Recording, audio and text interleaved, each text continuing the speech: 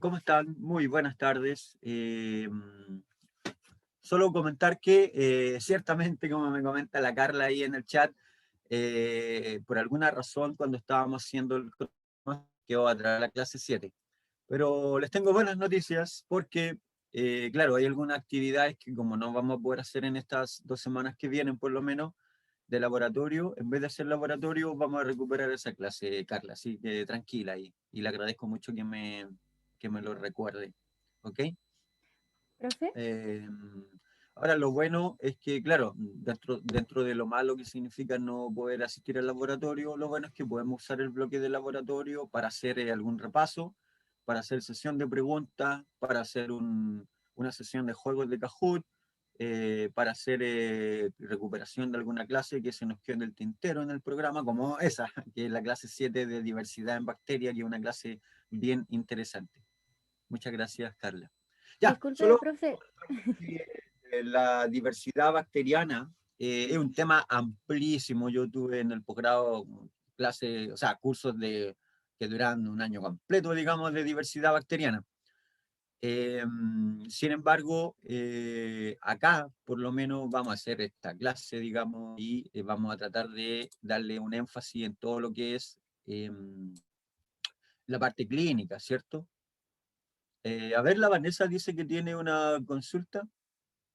Claro, la clase 6 es la clase del profe Wisse de medios de cultivo. Después viene la 7, que era una clase de diversidad bacteriana, y después viene 8 y 9, que son estas. Sí.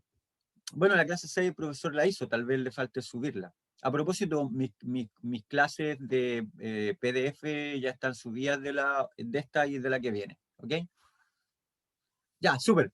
Chicos, por favor, todas las consultas veámoslas a través de los delegados, que esa es la idea, pues si ocupo toda mi horita, después me están 5 minutos, profe, falta 5 minutos para que se clave la clase. Claro, pero ya he perdido como 6 minutos, digamos, respondiendo cosas que no son de la clase. Así que veámoslo, chicos y chicas, por favor, a través de los delegados. O mándenme un mail y yo le respondo, ¿vale? Ya, retomo entonces eh, súper, qué bueno. Ya, retomo entonces la idea. Los gran positivos los hemos visto ya en clases anteriores, tienen una serie de características muy interesantes y hay unas cocáceas gran positivos, miren. ¿Se fijaron? Miren qué cosa más linda. Se conocen estas bacterias por poseer una gruesa pared de peptidoglicano, tienen ácidos teicoicos, teicurónicos, ¿cierto? Y se tiñen de color azul violeta en la tinción Gram, que es lo que van a aprender a hacer en el laboratorio. Pero profesor, ¿por qué nos interesan a nosotros estas bacterias gran positivas? ¿Qué tiene que ver con la carrera? Bueno, un montón de cosas, pues la gente se enferma con esto. Miren, y esto lo saqué de un portal de 24 horas noticias. Ministerio de Salud emite alerta por bacteria en salmón ahumado. Ya, ¿qué fue lo que pasó? Se encontró la bacteria Listeria monocytogenes, que es una bacilo gran positivo, y que estaba contaminando una serie de unos pescados de una marca Bonfach o algo así se llamaba. Entonces, salmón ahumado contaminado con bacterias de listeriosis. Y entrevistaron a varias autoridades del área de la salud ahí. Ahora, esta listeria monocitógenes, de las cuales ya algo les hablé en una clase anterior, producen listeriosis, que básicamente son infecciones alimentarias violentas, en términos de que pueden tener convulsiones, espasmos, vómitos, diarreas, o sea, son complicadísimas. Son tóxicos infecciones alimentarias. Esto es un gran positivo, anaerobio facultativo, catalasa positivo, que tiene flagelos peritricos, miren, como los de la coli. ¿Se fijan? ¿Y qué forma? Biofil, pues ese es el problema de los microorganismos. Forman biofil asociado a los epitelios o a las estructuras duras o blandas del organismo. Entonces, esa es la razón por la cual hay que estudiar bacterias gram positivo, porque pusen una serie de enfermedades interesantes. Ahora, ¿por qué hay que estudiar también y recordarse de bioquímica, recordarse de la parte de laboratorio? Bueno, porque la Listeria monocitógena en la práctica, usted la puede caracterizar en siembra en agar, como los compañeros que fueron al laboratorio tuvieron que sembrar la E. coli. Uno puede sembrar la Listeria monocitógena aislada de las heces, por ejemplo, de un paciente. Y hacer una serie de pruebas, el TESCAM, la prueba de movilidad, la prueba MIO, ¿se acuerdan? Que vieron con el profesor Wisse en su clase. Ahora, la Listeria monocitógene, por ejemplo, infecta a los macrófagos. Entra y fíjate que tiene un factor de virulencia bien interesante, que son las fosfolipasas. Y la fosfolipasa degrada la pared del fagolisosoma. El fagolisosoma es como el estómago del macrófago donde va a digerir a la bacteria, pero la bacteria le destruye ese estómago al macrófago de alguna manera y se salva. Y después pasa con un motorcito que tiene de una célula a otra. Por lo tanto, puede infectar células, en este caso monocito, macrófago. ¿Qué les parece? Se puede diseminar por el cuerpo, produciendo problemas graves. Todos los años se hacen algún tipo de, bueno, ahora todas las campañas están dirigidas al COVID-19, ¿cierto? Pero en un año normal, digamos, esta aparece y cada cierto tiempo en Chile se hacen campañas para prevenir la listeriosis.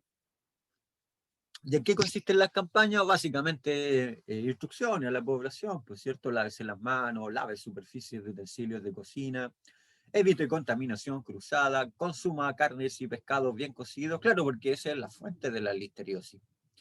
Ahora, Profe, sí, dígame.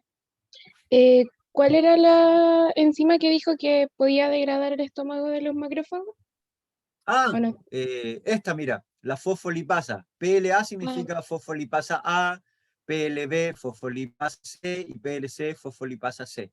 Perdón por no haberlo puesto ya. aquí en la diapo. Pero estas son las enzimas que degradan en la membranita del fagolisosoma que hace que al fondo es como el estómago, ¿cierto? Del macrófago, donde va a morir la célula. Pero ¿qué es lo que hace la bacteria? Le hace un oso al sistema de fagolisosoma porque estas enzimas que produce ella degradan la membrana y se libera y pasa de una célula eucarionte a otra, en este caso de un macrófago a otro. ¿Ok? Por lo Ya. tanto, este es un factor de virulencia súper interesante de Listeria monocitógena. Ya, excelente pregunta, porque así me permitiste aclarar que era PLA, PLC. PL significa fosfolipasa C, que es la enzima que degrada la membrana, digamos, del fagolisosoma. Ok.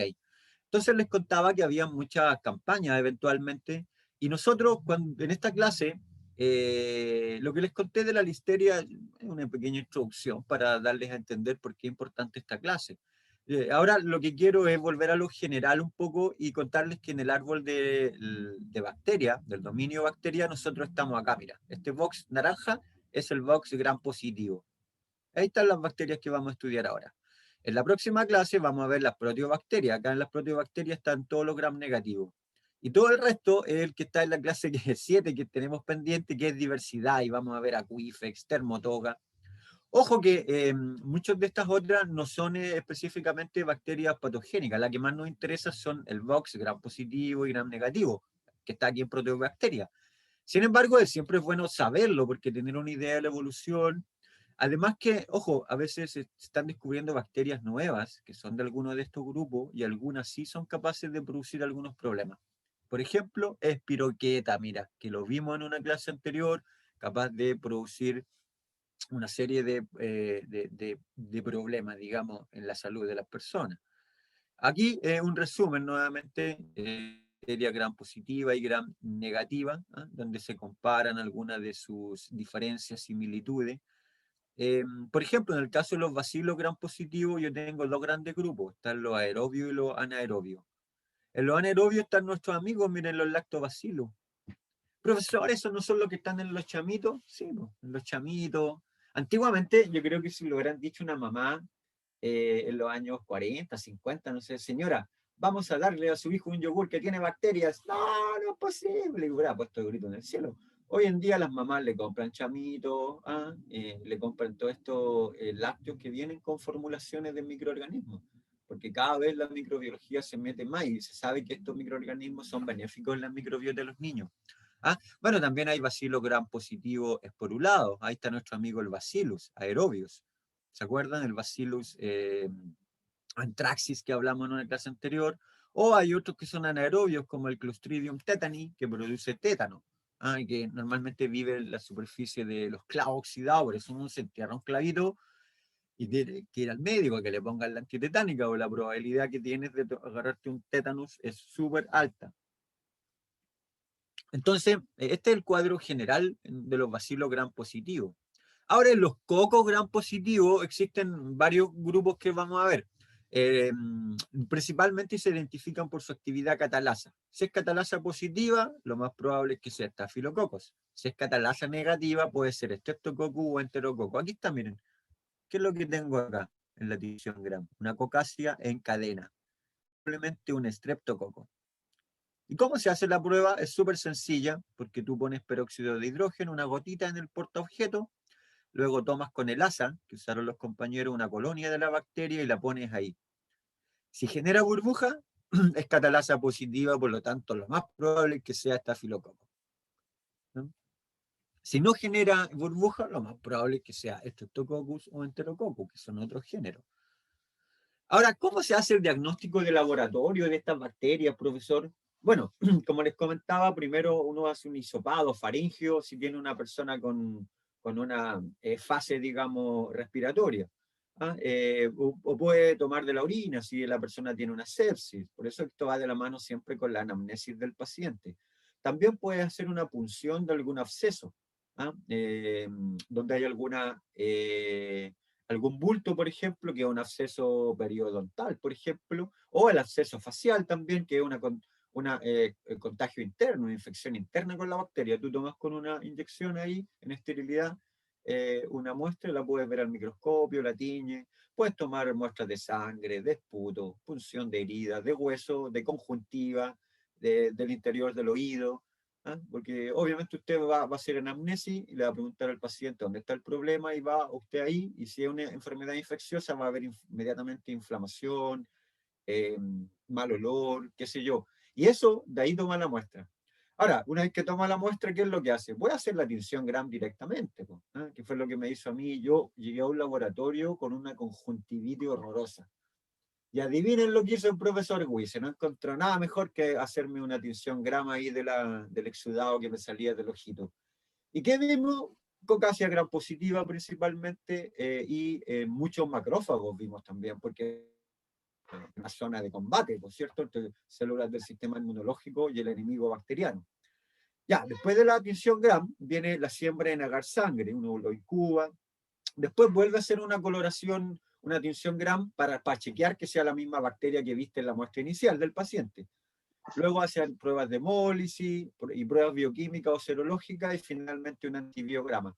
El antibiograma te da como resultado la sensibilidad que tiene la bacteria predominante de tu paciente, el posible patógeno, frente a los antibióticos. Por lo tanto, te indica qué antibioterapia tienes que usar o qué antibiótico derechamente tienes que usar para combatir la enfermedad. ¿Qué te parece? Maravilloso. Acuérdense que estos antibióticos surgen a partir de los años 30, los años 40, las primeras investigaciones. Antes de eso morían millones de personas porque no habían antibióticos. Hoy en día la peste que produce, la bacteria que produce la peste negra, por ejemplo, la Yersinia pestis, puede ser fácilmente tratada con streptomicina, por ejemplo, pero en ese tiempo no había streptomicina. En la Edad Media murieron millones de personas porque no habían antibióticos. ¿Ok? Ahora, estas bacterias pueden ser alfa, beta o gamma hemolíticas, ¿no? De acuerdo a la capacidad que tienen de destruir glóbulos rojos. Imagínense usted una bacteria como esta, beta hemolítica, por ejemplo, Staphylococcus aureus o Streptococcus pyogenes, en su sangre. O sea, la anemia va a ser, pero importante, digamos, ¿no? Que es una de las sintomatologías que eventualmente uno tiene en pacientes con este tipo de bacterias. Entonces puede ser, esto lo saqué de la guía de trabajos prácticos. Entonces, por ejemplo, en el caso de los Streptococcus, uno ve la hemólisis, ve si es beta, alfa o no hemolítica. Y luego ve la resistencia a varios antibióticos indicadores. Por ejemplo, si es beta hemolítica y es sensible a bacitracina, necesariamente es Streptococcus pyogenes. Si es beta hemolítica y resistente, tengo que hacerle la prueba CAMP, si es positiva es Streptococcus agalactiae y así sucesivamente. Si es alfa hemólisis, hago la prueba del antibiótico aptoquina. Si es sensible a la aptoquina, es Streptococcus pneumoniae. Y si es negativo, profesor, bueno, si es negativo, le hago otras pruebas que tienen que ver también con las no hemolíticas.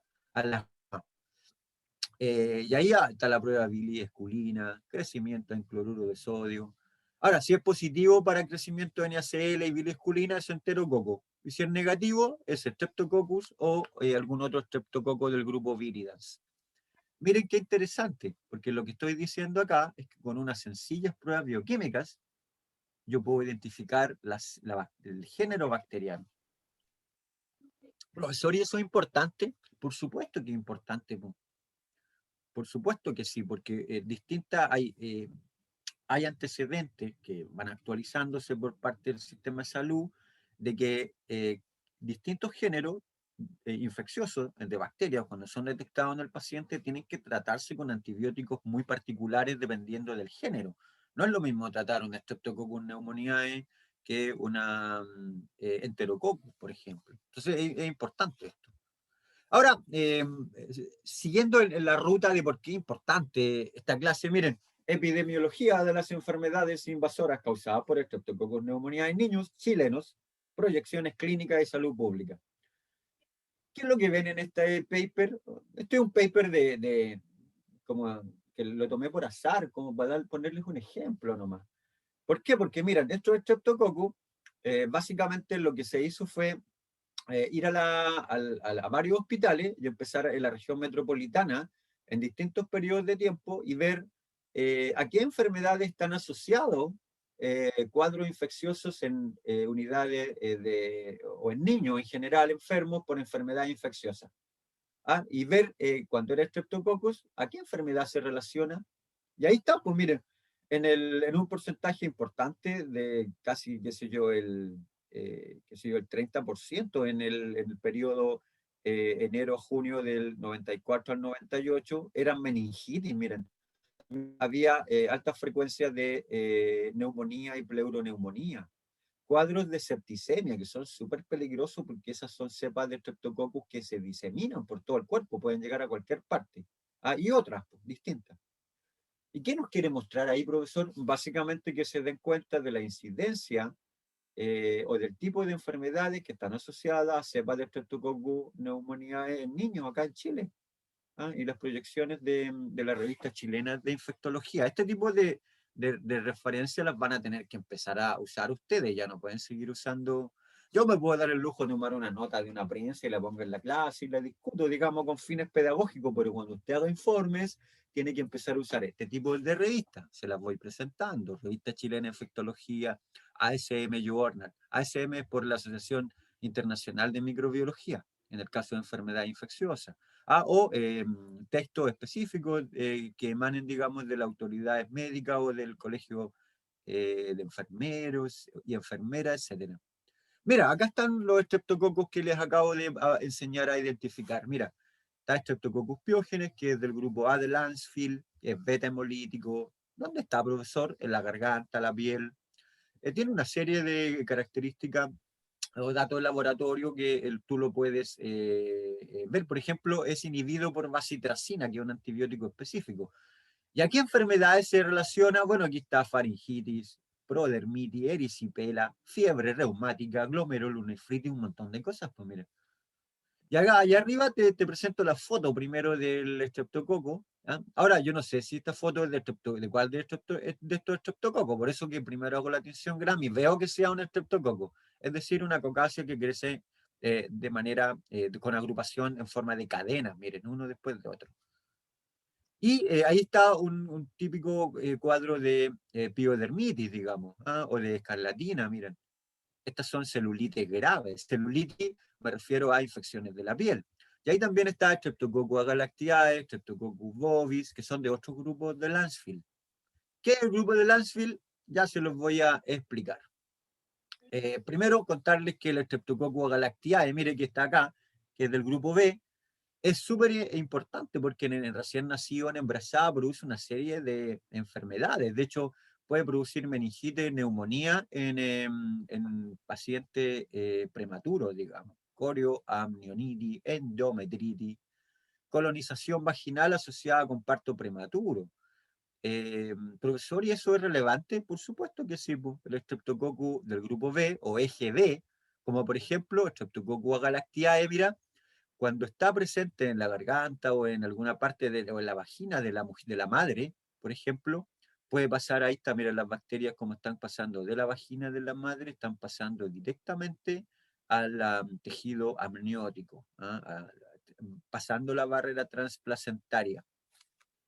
Pero profesor, si nosotros nos enseñaban en otros cursos que el líquido amniótico era estéril. No, pues no es estéril. Pues. Hay un montón de bacterias ahí que eventualmente pueden llegar. Lo ideal es que tenga baja carga, pero entran siempre, pues llegan por distintas vías. Acuérdense que estas bacterias pasan a la sangre y de la sangre pueden llegar a la placenta. Ya, ¿y qué hace el Streptococcus grupo B, profesor, en el feto? Bueno, produce de partida bebés prematuros, ¿ok? Pero aparte de eso puede generar una serie de infecciones en el recién nacido, incluyendo neumonía, meningitis y problemas también en la mujer. ¿No? Este tema lo tengo que ver súper más profundamente con mis alumnas de obstetricia, pero ustedes tienen que manejar esta información. Si a las unidades de enfermería llegan recurrentemente mujeres embarazadas con cuadros de infección, usted tiene que aprender a hacer por lo menos un cuidado o un diagnóstico de inicio, digamos, cosa de poder derivarla si es que el asunto es más complejo. De hecho, esta transmisión puede ser vertical, mira, o puede venir del ambiente. ¿Y qué coloniza? Bueno, estos Streptococcus grupo B colonizan todo, piel, mucosa, aparato respiratorio, mucosa vaginal, como ya vimos. Luego se replica y miren, puede llegar a septicemia, es decir, que una distribución sistémica o puede llegar a focalizarse. Y ahí produce meningitis, se afecta el sistema nervioso, neumonía, se afecta el sistema respiratorio. ¿Y de qué depende, profesor, dónde se va? Oh, qué buena pregunta. Bueno, depende de los factores de hospedante. Hay gente o personas que por razones genéticas son más susceptibles a que la bacteria afecte su sistema nervioso, por ejemplo. Y en otros casos es más susceptible a que afecte el sistema respiratorio y en ese caso desarrolla neumonía.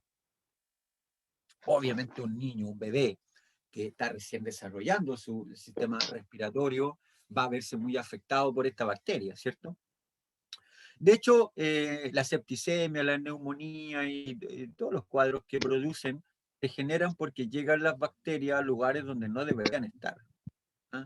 El problema es que los niños que a veces sobreviven a estas infecciones por Streptococcus beta hemolítico o Streptococcus del grupo B pueden quedar ciegos, sordos, con retraso mental. ¿Y cómo llegan al bebé las bacterias, profesor? Bueno, pueden llegar, lo más frecuente es que lleguen por la infección hospitalaria, por contaminación con las manos del personal hospitalario. ¿Qué les parece eso? Eso es lo que todas las investigaciones dicen, por eso es que a usted le enseñan en enfermería a hacerse un lavado quirúrgico de manos, pues, y a estar constantemente lavándose las manos en enfermería 1, ¿cierto? ¿Por qué? Porque eso va de la mano con esto, va de la mano con todo esto, diseminación. Ahora, esto también ha generado problemas políticos. Miren, FONASA, de hecho, hace unos años atrás, 2017 para ser exacto, hay varias mujeres que hicieron denuncias porque, claro, sus bebés nacieron con retraso mental porque ellas sufrieron infecciones con el Streptococcus grupo B. Aquí en Chile, sí, aquí en Chile. Miren, básicamente FONASA decía que el examen de Streptococcus B es obligatorio y financiado. Entonces ahí se agarraron, por eso que digo que es un problema político, que surge porque la directora de, en este caso, FONASA, en ese caso Janet Vega, de aquella época, dijo que el examen para la detección de la bacteria Streptococcus B en mujeres embarazadas es obligatorio en Chile. Pero por otro lado, surgió el presidente del colegio médico, que en ese tiempo era el doctor Enrique París, y comentó que el examen ni siquiera tiene código FONASA y era prácticamente privado. Pero eso fue desmentido a su vez por la directora del FONASA. Entonces ahí se agarraron. La verdad es que estuvieron varios días dando jugo ahí. Renuncia a París. ¿Qué es lo que quiero que les quede claro acá? Básicamente de que las bacterias generan problemas políticos, porque si empiezan a haber niños que mueren, alguien se va a preguntar, bueno, ¿y cómo no detectaron la bacteria a tiempo? Siendo que existía un kit que permite detectar específicamente con un hisopado vaginal si la mamita tiene Streptococcus del grupo B. Entonces, ojo que yo les dije claramente en las primeras clases que me tocó con ustedes en el curso, vamos a cambiar el foco, porque uno aprende no solo cuando adquiere conocimiento, yo creo que uno aprende más cuando cambia el foco. Y aquí el foco es que la microbiología dentro de esta carrera tiene que ver con todo, tiene que ver con enfermedades, tiene que ver con política, tiene que ver con pandemia, ¿cierto? Tiene que ver con problemas, digamos, dentro de las organizaciones de salud, que no se ponen de acuerdo muchas veces en cómo van a enfrentar los problemas de salud. ¿Ah? ¿Qué más claro que lo que estamos viviendo hoy en día, en donde hay... de hecho, hoy en día, pues sin ir más lejos, la presidenta del colegio médico se agarra ahí con el ministro de salud, con la gente de FONASA, porque no están de acuerdo, pues. Y eso no es de ahora nomás, pues ha ocurrido siempre. Pero se ve agravado, digamos, porque los microorganismos aparecen, pues. Y muchas veces no estamos preparados para enfrentar estas infecciones. Ahora, estas pruebas de identificación para coco gram positivo van desde pruebas de DNASA hasta distintos medios de cultivo que permiten caracterizarlo. Y algunas de las herramientas para caracterizar son antibióticos específicos, por ejemplo, aptoquina, novobiosina, bacitracina. Por ejemplo, miren, yo tengo de un cultivo, de un paciente, tengo beta hemolítico que produce este halo transparente, porque los beta hemolíticos destruyen muchos glóbulos rojos en la placa. Imagínense esta bacteria en la sangre del paciente. ¿Qué es lo interesante? Es que si es beta hemolítico y es sensible a bacitracina, lo cual puedo saber rápidamente en el laboratorio, sé que es Streptococcus pyogenes. De hecho, si es beta hemolítico y da positiva para la prueba CAMP, yo puedo decir que es Streptococcus agalactiae. ¿Ah? O si crece en cloruro de sodio, 6,5%, yo digo, esto es del grupo D, probablemente Enterococcus. Y de esa manera voy afinando la puntería con el diagnóstico clínico. ¿Qué les parece? Interesante, y aquí hay una serie de baterías de cosas de bioquímica, por eso usted tenía que hacer bioquímica antes de tomar este curso, ¿cierto?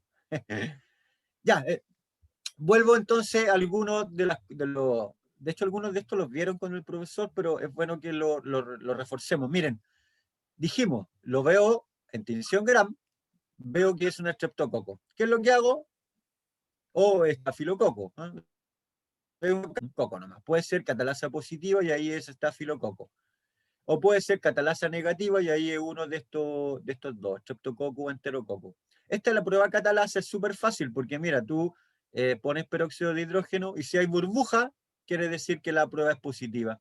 E inmediatamente puedes descartar a Streptococcus y Enterococcus. ¿Qué les parece? Rápido. Ahora, si estamos viendo la prueba coagulasa y forma un coágulo, que es la prueba positivo, ¿eh? Este es suero de caballo normalmente, y tú pones las bacterias ahí, si la bacteria forma un coágulo, lo más probable es que sea Staphylococcus aureus, que eso coagulasa positivo. Ojo que esta bacteria puede generar coágulos dentro de la sangre del paciente también, y generar desencadenar algún tipo de accidente cardiovascular. Se han descrito bacterias que hacen eso. También están otras pruebas como la prueba de DNASA, que básicamente detecta la presencia de la enzima DNASA en la bacteria. ¿Ok? Enzima que desdoble el DNA, pues en buenas cuentas. Y ahí, cuando da positivo, hay formación de un halo alrededor de la estría donde sembraste la bacteria. Entonces, esta es la bacteria en amarillo y pueden ver el halo. Y ese halo se genera porque la placa está hecha con exceso de DNA de salmón, etcétera. Entonces degrada el DNA, la bacteria, porque secreta una DNAsa. Y esto es un factor de virulencia de muchas bacterias, ¿vale? También están las pruebas de sensibilidad a novobiosina, por ejemplo. Staphylococcus epidermides, por ejemplo, miren, le pongo el filtro. Primero hago un sembrado en la placa, esto es la placa medio cultivo, después le pongo un filtro estéril, le agrego 5 microgramos de novobiosina a ambos, pero acá genera un tremendo halo. Luego, esta bacteria que sembré acá es necesariamente Staphylococcus epidermidis. Porque Staphylococcus saprophyticus, que es la otra alternativa que puede ser, es resistente. Se fijan que qué importante es la información que me da este antibiótico específico que es la novobiosina. Lo mismo pasa con la prueba de sensibilidad a octoquina. Miren, ahí está la octoquina, que está agregada en la placa, miren, y genera un halo de inhibición de crecimiento. No importa el tamaño del halo, si hay halo, yo digo es Streptococcus pneumoniae. Obviamente caracterizar Streptococcus pneumoniae es súper importante, porque inmediatamente permite poner a ese paciente en un cuidado intensivo, digamos, porque está con el riesgo de neumonía. ¿Ok? Lo mismo con la bacitracina. La bacitracina permite específicamente detectar la presencia de Streptococcus pyogenes. Ya. ¿Preguntas? ¿Alguien dejó su audio abierto? Parece... Sí. Pongan un mensajito, porfa, en el chat de que se acuerden de cerrar el audio para que no aparezca la mamá ahí o dando órdenes. Ya, súper. Entonces, sigo, miren, tenemos la bacitracina y ahí está el halo, mira, de inhibición de crecimiento. Si aparece un halo, quiere decir que es Streptococcus pyogenes, que también es otro beta hemolítico. A mí esta prueba me encanta, que es la prueba CAMP. ¿Qué es la prueba CAMP, profesor? Bueno, es una prueba basada en la capacidad que tiene Staphylococcus aureus de producir un halo beta hemolítico. ¿Y qué es lo que pasa? Lo que pasa es que cuando estamos en presencia de Streptococcus del grupo B, este Streptococcus de grupo B, como por ejemplo Streptococcus agalactiae, genera un llamado FACAMP, que lo que hace es que aumente la actividad hemolítica de Staphylococcus aureus, cuando están juntas ambas. Miren qué interesante. Ya, ¿y cómo se hace la prueba? Bueno, primero pongo una estría vertical, mira. Esta estría que está acá, que estoy apuntando con el mouse, es la estría de Staphylococcus aureus. Y las pruebas, las que están acá, 1, 2, 3 y 4, miren, son otras que las pongo de manera horizontal, pero apenas tocando la estría anterior, ¿ok? En el laboratorio. ¿Ah? Luego las dejo crecer y veo que la única que hay una punta de flecha, miren, es acá en la 3. Luego, la 3 es necesariamente Streptococcus agalactiae. ¿Por qué? Porque esa tiene el factor, esta prueba permite detectar Streptococcus agalactiae, ¿cómo? Con la ayuda de Staphylococcus aureus. Porque Streptococcus agalactiae aumenta la capacidad hemolítica en presencia o en contacto con Streptococcus agalactiae. ¿Qué les parece? Por lo tanto, acá, mira, nos generó puntas de flecha, acá tampoco. Acá nos genera puntas de flecha. Hay como un aumento pequeño, pero eso puede ser simple sinergia. Pero acá claramente hay un efecto de punta de flecha. Yo este experimento o esta técnica siempre la relaciono con la película de los espartanos. Hay una parte donde están los 300 ahí y los persas les dicen, mejor ríndanse, porque dispararemos tantas flechas que vamos a oscurecer el cielo. Entonces uno le responde ahí, entonces lucharemos en la sombra. Choro, Ya, pero ahí están las flechas, pues ahí están las puntas de las flechas, miren, que se generan y que permiten detectar que la prueba CAMP es positiva y que por lo tanto la cepa 3 que se sembró acá es Streptococcus agalactiae. Miren qué cosa más linda. Ya, primera huevito de Pascua de la clase, junto con una prueba GRAM. ¿Cuál de los siguientes criterios permite identificar de mejor forma un EGB, es decir, un Streptococcus del grupo B, de la especie Streptococcus agalactiae? De ahí aparece sensibilidad a bacitracina, octoquina positivo, presencia de hemólisis beta o CAMP positivo. ¿Cuál es la respuesta correcta? La D, la D, la D. ¿Todos van con la D o no? CAMP positivo. Ya, veamos, veamos. A ver, perfecto, CAMP positivo. Si acabamos de verlo, miren, ahí está, ¿es cierto? Perfecto, esa es entonces la clave.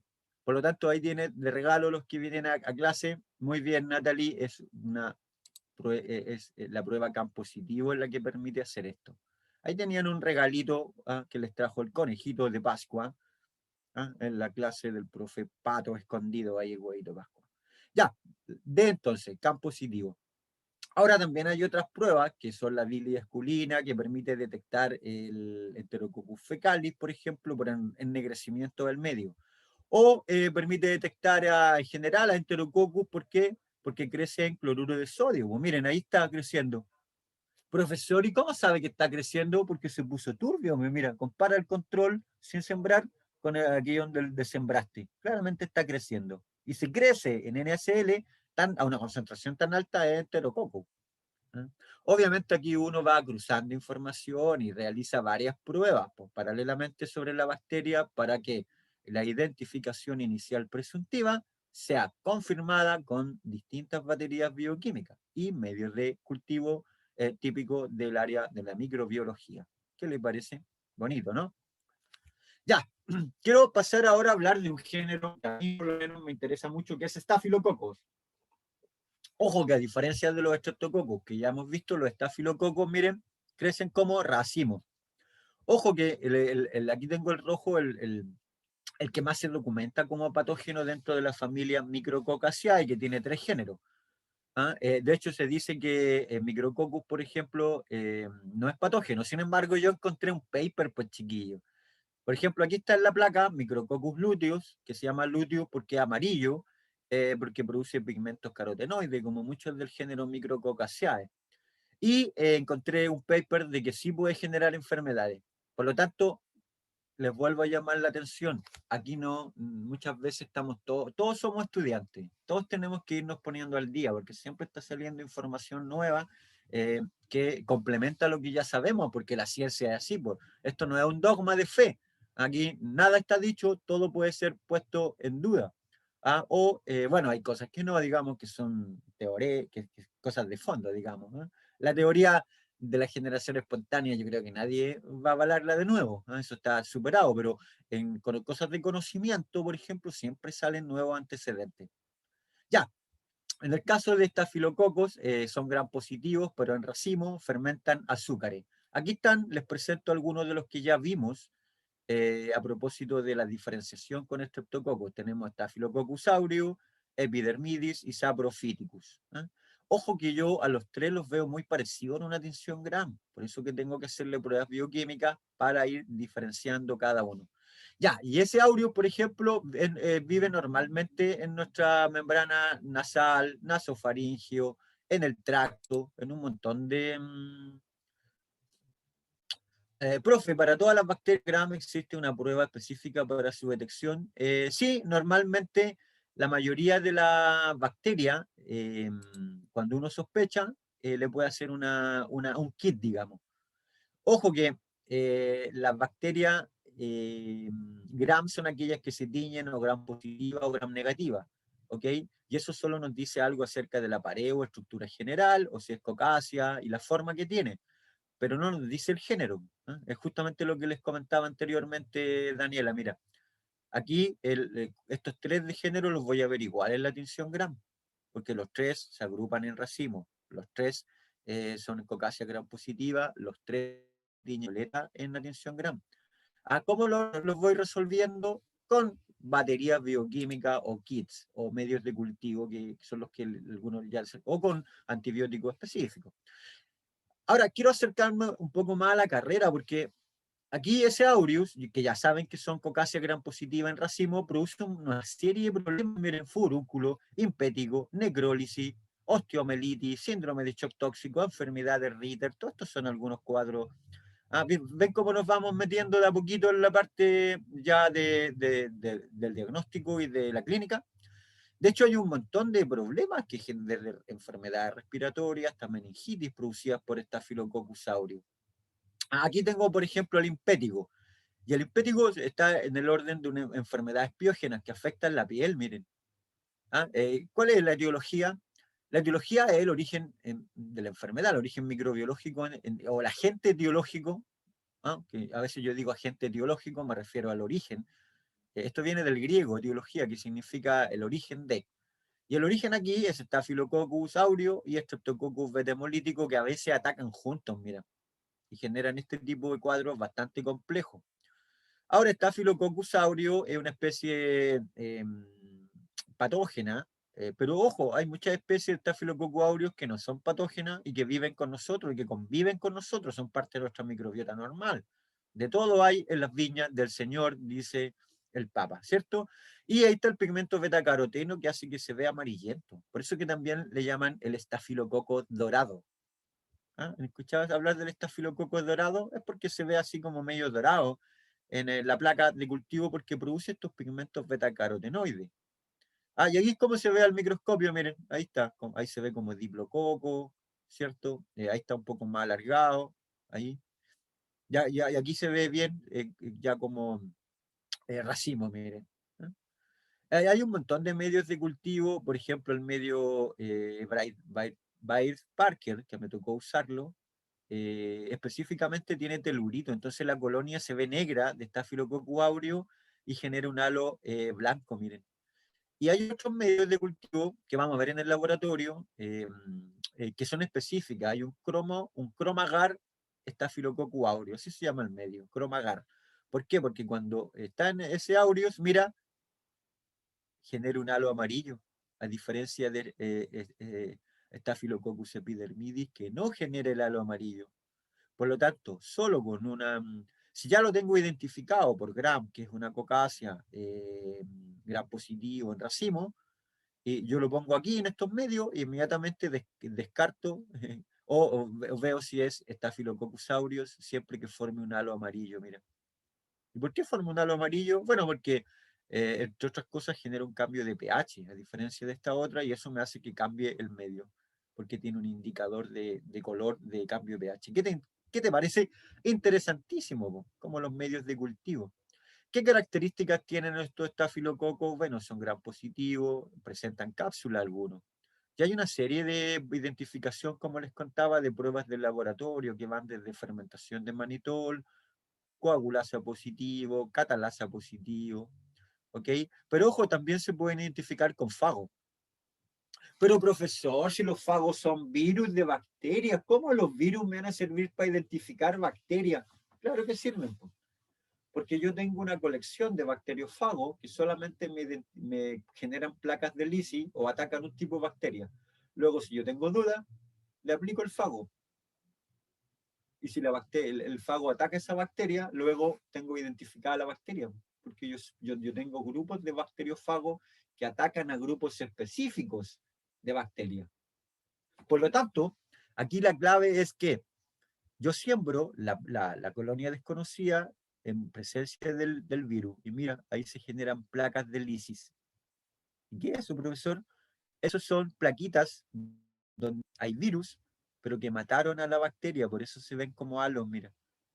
Porque esto debería ser un césped completo, pero tiene placas de lisis, pues donde las bacterias, los virus mataron a las bacterias, mira. Luego, si aparecen placas de lisis, quiere decir que, te tengo identificada. Aquí se aplica el criterio de por sus enemigos los conoceréis. Claro, en el fondo estamos usando ese criterio, ¿se fijan?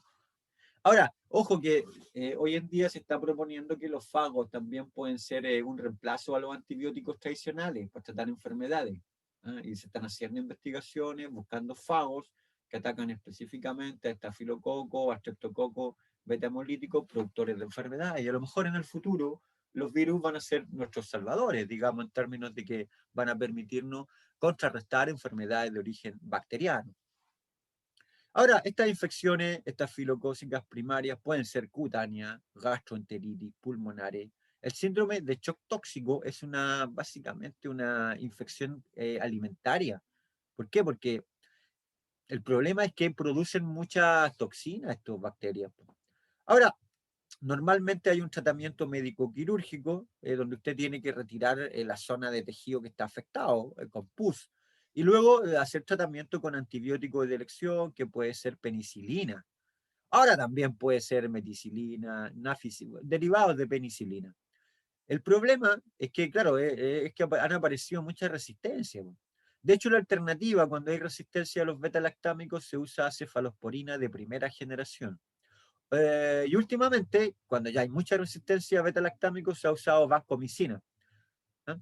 De hecho, Staphylococcus aureus tiene un montón de enzimas, mira, incluyendo la que son factores de virulencia asociados a la enfermedad que produce. Y entre ellas está la penicilinasa, que es una enzima que degrada el anillo beta-lactámico de las penicilinas, mira. Por lo tanto, por eso es que muchas cepas de Staphylococcus aureus son resistentes a penicilina. ¿Ok? Y ya no puedo usar penicilina para tratar estas enfermedades. Pero aparte de eso, hay otros factores de virulencia, citotoxina, alfa, beta, la LPB, que es la leucocidina Panton Valentine. Hay toxina exfoliativa. Profesor, yo necesito hacerme una exfoliación en la piel. No, es muy distinto.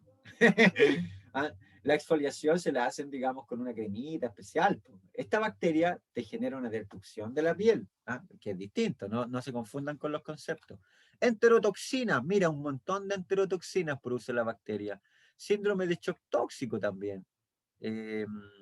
Y así hay un montón de ejemplos que podemos dar, daríamos un curso completo de factores de virulencia en estafilococo, no podemos, obviamente, pero les quiero hablar de uno, miren, que es nuestra amiga la proteína A, que promueve supresión inmunológica de Staphylococcus aureus, bypassear el sistema inmunológico. ¿Y cómo lo hace, profesor? Bueno, lo hace de la siguiente manera, mira.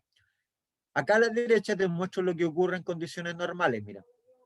Normalmente llegó un polimorfo nucleado que reconoce al antibiótico, que a su vez reconoció al Staphylococcus aureus, lo reconoce por la zona FC, se une a él y lo fagocita. Listo, se acabó el problema, se murió el Staphylococcus aureus. Eso en condiciones normales. Perdón, parece que tengo un vendedor que está pasando ahí por afuera, echándome a perder la grabación. No le pienso comprar papas, ni cebolla, ni una cuestión.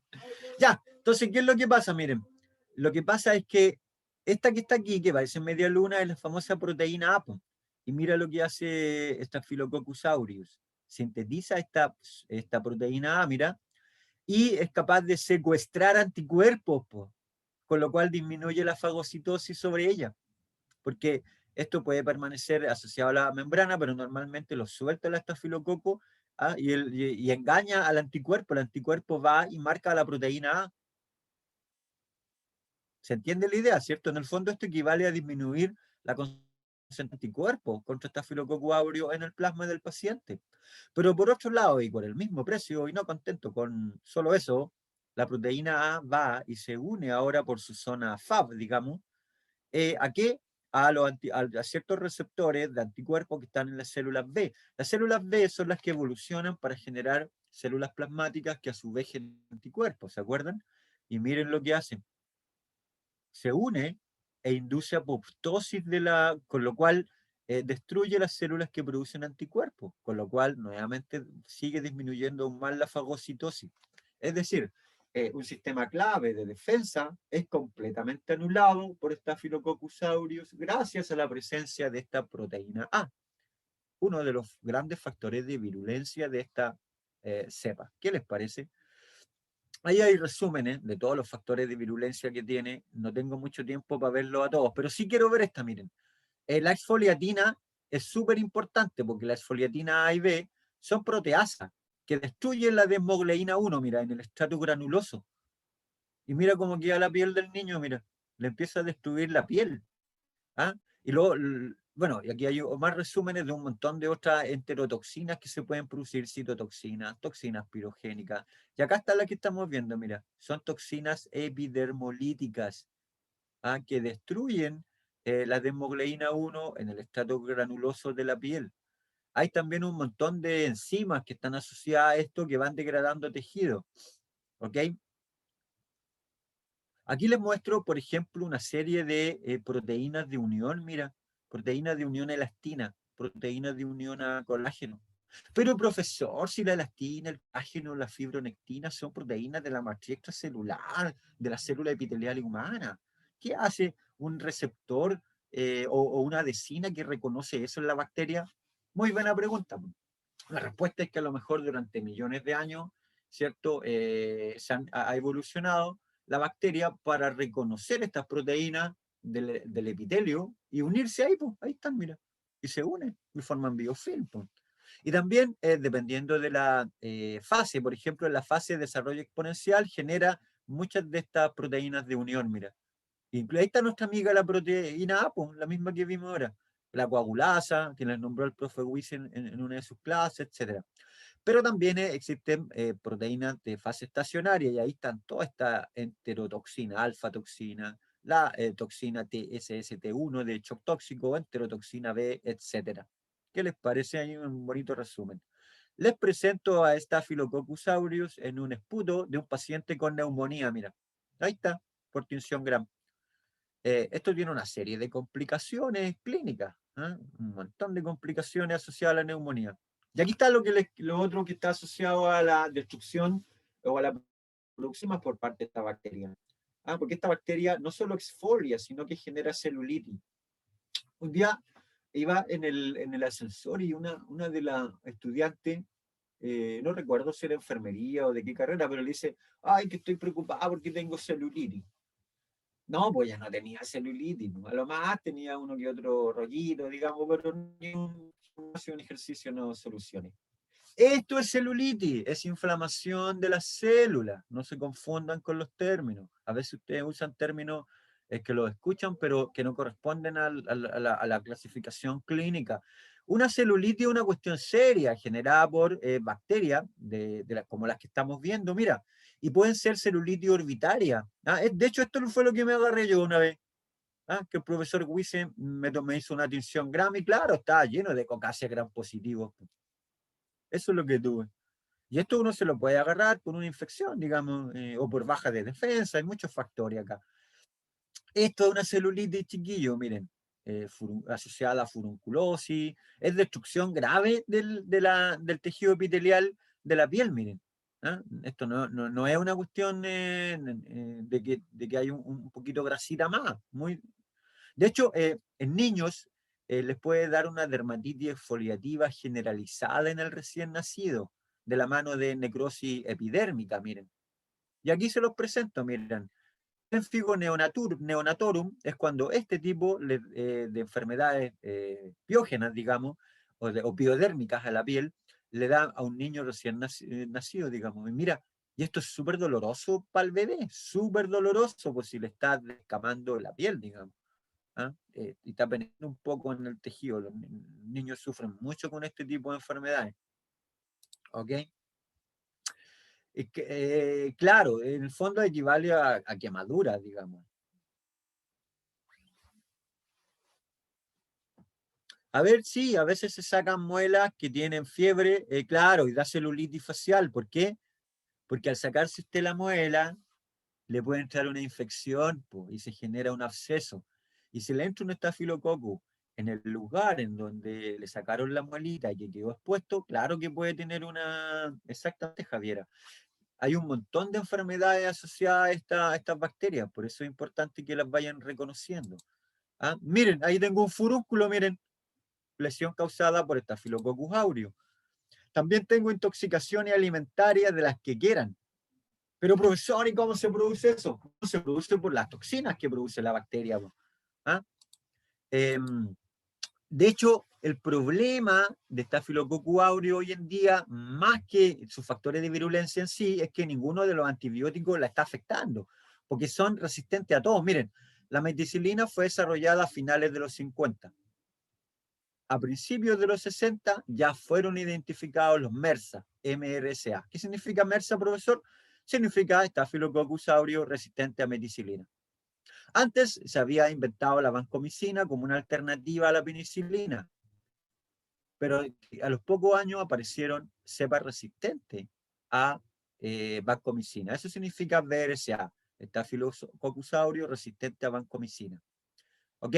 Hay varios capítulos del profesor House, digamos, de la serie donde aparecen los VERSA y los MERSA como posible agente etiológico dentro de las enfermedades que analiza esta unidad de diagnóstico clínico del hospital ahí en California, donde trabaja House, ¿cierto? Con su equipo ahí, Foreman, la 13 y todos los demás. Ya. Por ejemplo, miren, en 1974, a los pocos años de usarse la meticilina, ya se describía que un 2% de las infecciones estafilocócicas eran resistentes. En el 95 aumentó a 22, en el 2004 aparecieron 63, no quiero ni pensar en en cuánto resistencia llevamos ahora a meticilina. Por eso que ahora prácticamente ni se usa la meticilina, pues chiquillos. Ese es un problema grave. Y lo otro es que obviamente los trabajadores de la salud son los principales diseminadores de estas bacterias en las unidades de pacientes infectados, digamos. Entonces hay que tener muchísimo cuidado con esto. Aquí hay los 10 patógenos más frecuentes asociados a infecciones nosocomiales. Adivinen quién está, Enterococcus. Miren, acá está nuestro amigo el Staphylococcus aureus meticilina resistente. Staphylococcus aureus, coagulasa negativo, Staphylococcus coagulasa negativo, etc. Bueno, acá tenemos varios gram negativos que vamos a ver en la siguiente clase. Miren, virus que comen bacterias, una alternativa a los antibióticos, es lo que les decía, pues miren. ¿Por qué? Porque la fagoterapia puede ser una alternativa a la falta de antibióticos hoy en día. Eso es un problema. Ya, dejo hasta ahí los estafilococos y quiero retomar el tema de los estreptococos, de los cuales ya les hablé un poquito. ¿Saben por qué? Por una sencilla razón, miren. La mayoría posee cápsulas, ¿cierto? No tienen esporas y se cultivan en agar sangre. Y tenemos una clasificación, pues, que es la clasificación de Brown, que es Alfama, ¿cierto? Pero también tenemos la clasificación de Lancefield, y tenemos la clasificación de especies según todo lo que hemos visto, pruebas bioquímicas, test de sensibilidad, bacitracina, antibióticos en general, crecimiento en cloruro de sodio, en biliesculina, etc. Por ejemplo, miren, tenemos aquí los beta hemolíticos. Grupos pueden ser el grupo A, B, C o G de Lancefield, que menciona ya. Y tenemos pruebas, sensibilidad a bacitracina, hidrólisis de hipurato, resistencia a bacitracina, etc. Y ahí están las especies, miren. Estos son estreptococos, ojo. Streptococcus pyogenes, Agalactiae y Ximili, algunos de los cuales ya los vimos, miren. Que pueden ser identificados con distintas pruebas bioquímicas que corresponden a distintos grupos de Lancefield. Profesor, ¿y quién es Lancefield? Les presento a Rebecca Lancefield, una investigadora que puso orden en el caos. Ella fue la mujer que puso orden al caos de los estreptococos, y los estreptococos son un grupo grande. Y ella, dice esta nota, fue la mujer que puso orden en los estreptococos, que son bacterias asociadas al ácido láctico por su capacidad de producir ácidos, fermentar azúcar. ¿Se acuerdan todo lo que ya hemos visto? De hecho, están, por ejemplo, los Streptococcus mutans, que están asociados a caries dental y endocarditis. ¿Y cuál fue la gran clave de lo que pasa? Es que Rebecca Lancefield se dio cuenta de que había un carbohidrato C en la superficie, digamos, de peptidoglicán, de estos gram positivos, y se dedicó a estudiarlo toda su vida. Y vio que habían diferencias y que se podían detectar esas diferencias con anticuerpos. Y ella se dedicó a hacer anticuerpos específicos que existen hoy en día que permiten caracterizar dentro de distintos grupos streptococos. Por lo tanto, con una sencilla prueba inmunológica basado en kit de anticuerpos generados por Rebecca Lancefield, hoy en día les puedo decir que Streptococcus es. Dime a qué grupo de Lancefield perteneces y te diré qué especie de Streptococcus eres. Algo así. Así que le rendimos un homenaje en esta clase a la gran Rebecca Lancefield. Gracias por su aporte. Ya, dentro de estos Streptococcus tenemos, como les dije, carbohidratos de Lancefield, ¿cierto? Proteína M. Aquí está, por ejemplo, el Streptococcus pyogenes, que también produce cápsula. Pero, profesor, ¿cómo una bacteria produce una cápsula de ácido hialurónico? Si el ácido hialurónico forma parte de los tejidos humanos. ¿Cómo llegó el gen del ácido hialurónico a la bacteria? ¿O cómo a la bacteria se le ocurrió que podía hacerse una cápsula de ácido hialurónico para no ser reconocida por el sistema inmunológico humano, puesto que el ácido hialurónico es propio de la biología del ser humano? Pucha, qué buena pregunta, no tengo idea, pues chiquillo. No tengo ni la más remota idea. Si alguno sabe, me cuenta. Mi hipótesis es que en algún momento puede haber habido alguna transferencia horizontal de genes, o que sencillamente hubo una coevolución. En algún momento decidió hacer cápsulas de ácido hialurónico para hacerse un disfraz antigénico, bypassear el sistema inmunológico, porque ese es uno de los grandes problemas de Streptococcus pyogenes. que tiene esta cápsula de ácido hialurónico antifagocitaria. ¿Se entiende la idea, cierto? Bueno, y también tiene un montón de otros factores de virulencia. Están las hemolicinas, peptidasa C5A y una serie de enzimas, muchas de las cuales ya las hemos visto. Y aquí están los últimos grupos. Mira, el streptococo de los grupos C, G, F, E. Por ejemplo, las que afectan vías urinarias. Tenemos el grupo H, donde está Streptococcus salivarius, Streptococcus N, donde hay una serie de Streptococcus que fermentan lactosa. Ahí están los Streptococcus lactis, mira, y algunos son usados en la industria, ojo con eso. Están los del grupo Viridas, que pueden producir endocarditis, los de los Streptococcus pneumoniae, que son sensibles a optoquina, ya lo vimos. ¿Y cuál es el problema de alguno de estos Streptococcus, profesor, como el pneumoniae, por ejemplo? Bueno, como su nombre lo indica, mira, se ubica dentro de los principales problemas de salud pública. ¿Por qué? Porque producen neumonía, tanto en niños, en adultos, en ancianos, y muchas de las cuales son mortales. De hecho, la neumonía en el adulto mayor, producida por Streptococcus pneumoniae, es súper difícil de tratar, es muy recurrente, y en los inviernos, muchos viejitos se mueren nomás porque no son capaces de resistir, digamos, el ataque de estas bacterias, neumonía. Pero profesor, la neumonía es producida por un virus, SARS-CoV-2, entre otras cosas. La neumonía es un cuadro clínico de múltiples etiologías. Pueden haber neumonías virales, pueden haber neumonías bacterianas, incluso hay algunos tipos de hongos que pueden producir neumonía fúngica. Pero en este caso estamos hablando de neumonía de etiología bacteriana. ¿Ok? Ahí tienen uno de mis últimos ejemplos. Mira, hay un tipo que es causado por una mezcla de estafilococos y estreptococos que colaboran. Pero profesor, ¿cómo van a colaborar las bacterias? Sí, colaboran, son amigas, se comunican. Les voy a contar en clases posteriores cómo se comunican las bacterias, porque veo que algunos no me creen, ya lo estoy viendo, me lo imagino ahí. Entonces, una de las cosas importantes que hay que entender es que uno de los temas que ustedes tienen que enfrentar en términos de microbiología es cómo usted es capaz de rápidamente tomar una muestra del paciente y diagnosticar la etiología bacteriana del paciente. Y de esa manera hacer la mejor toma de decisiones respecto a la farmacología, al tratamiento, a la profilaxis y los cuidados de enfermería que tiene que tener su paciente. Esa es la misión de las herramientas básicas para que usted vaya proyectando estos elementos que forman parte de su quehacer profesional. ¿Ok? ¿Qué me pregunta la Rocío? Profe, entonces hoy en día, ¿qué antibiótico se usa contra ese aureus? Buena pregunta. Hasta el año pasado, por lo menos, se estaba usando cefalosporina, principalmente cefalosporina. De hecho, conocí una mujer embarazada que tuvo una infección por Staphylococcus aureus. Bueno, la verdad no me acuerdo bien qué bacteria era, pero era una bacteria donde su brazo.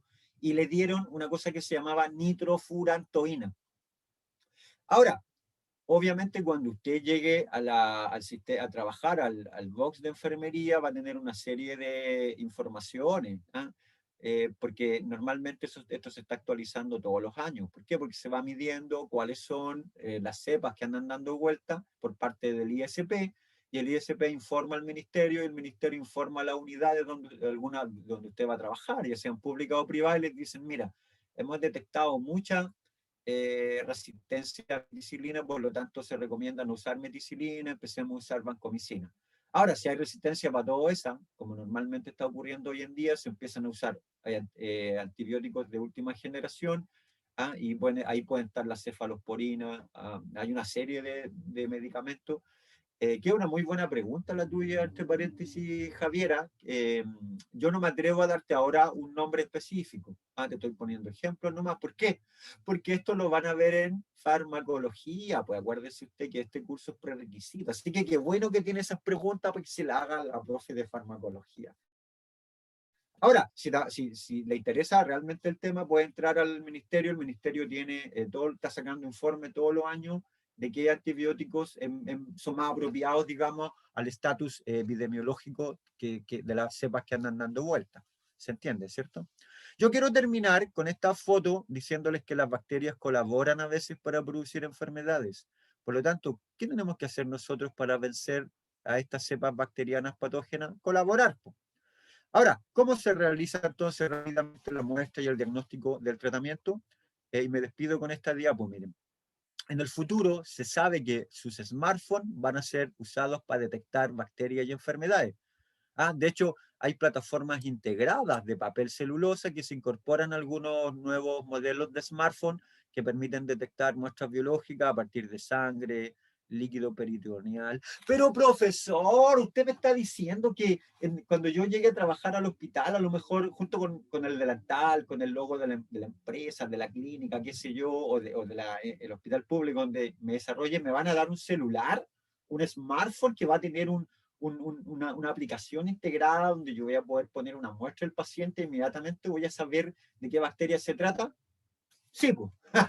Eso le quiero decir, pues chiquillos. Le estoy, ahora que ya les conté un poco lo que quiero que aprendan, que tiene que ver con los objetivos de aprendizaje del curso, invitarlos a que miren cómo esto está evolucionando súper rápido. El sistema de salud, donde ustedes van a desarrollarse, tiene herramientas poderosísimas, y dentro de las cuales está la computación, la generación de aplicaciones, y claro, a lo mejor en el futuro usted va a tener en sus manos, en su smartphone, va a tener un aparatito que le permite inmediatamente sacarle foto por microscopía, digamos, ¿cierto? Con un slot que amplifica la muestra y que te muestra si es un estreptococo o un estafilococo. O que te permita hacer un análisis parecido a los que hoy se usan, por ejemplo, para hacer estos test de pronosticón, pero integrado en un smartphone. ¿Qué te parece? De la misma manera que se usan glucómetros, ustedes aprendieron a usar un espectrofotometría bioquímica. ¿Y qué tal si yo te digo que el espectrofotómetro a lo mejor se puede miniaturizar y se puede hacer una aplicación y un slot en el futuro smartphone? Ahora, estos serían smartphones específicos para el mundo sanitario, serían elementos que solamente utilizarían enfermeras, médicos, gente del ámbito sanitario, pero podría salvarnos la vida. Pues si tu paciente tiene una enfermedad bacteriana grave, esto le salva la vida porque tú le haces el diagnóstico rápidamente, envías la foto a hacer las consultas y en menos de media hora podéis tener ya el tratamiento listo y empezar a dárselo al paciente. Y eso es la clave. La clave en este tipo, muchas de estas enfermedades, es el tiempo de reacción. ¿Cierto, no? Ya, pues, muchas gracias. Dejamos hasta aquí esta clase. ¿Preguntas? Enciendan sus micrófonos. ¿Les gustó, no? Terminamos echándole un vistazo al futuro. Profe, ahora le tengo más miedo a las bacterias. Jeje. No, no le tenga tanto miedo. Si usted tiene muchas bacterias que son muy útiles, porque no todas las cepas que, o sea, Staphylococcus aureus es conocido por ser patógeno, pero existen muchas cepas de Staphylococcus aureus que viven de manera comensal, como simbiontes con nosotros. En todos los grupos taxonómicos hay algunos que son patógenos, que normalmente son los menos. La mayoría de las bacterias no evolucionaron para generar enfermedades. Ya, preguntas, comentarios. Estuvo buena la clase, la disfrutó la Anaís, excelente, pues esa es la idea. La idea era mirar el futuro. Ya, pues, estuvo buena, pero flash. Después la ve con calma y la escucha de nuevo, pues Daniela, por si el profe. Lo que pasa es que usted sabe que tiene un profe medio acelerado, que le gusta este tema y se apasiona, pero después la puede ver con más calma para estudiarse. Y cualquier duda, por favor, foro. Ahí están. No, pues los nombres, traten de hacerse su propia nomenclatura para aprenderse los nombres de las bacterias, las más importantes, y relaciónelo con lo que vamos a ver en seminario, en laboratorio, ¿ok? Ya, como no sé qué hora es porque perdí un poco voy a dejar de compartir acá, y si no hay más preguntas, les voy a mandar un nuevo link para la clase que viene en unos minutos más, a las 4, deberíamos tener, ya faltan todavía unos 15, 20 minutos me faltan, terminé un poquito antes. Así que eso, Vuelvo a invitarlos, cualquier duda, por favor, déjenla en el foro, porque ahí todos tenemos acceso, porque la duda que tiene usted, pues, Paz Belén, puede ser la misma que tiene la Vanessa, o que tiene otro compañerito, compañerita. Entonces, acostúmbrense a plantear sus dudas, a pensar las cosas. Ya, los dejo hasta aquí entonces con esta clase. Les voy a subir anuncio el link para la que vienen 20 minutos más y con eso ya estamos okidoki. Ya, nos vemos. Chau, chau.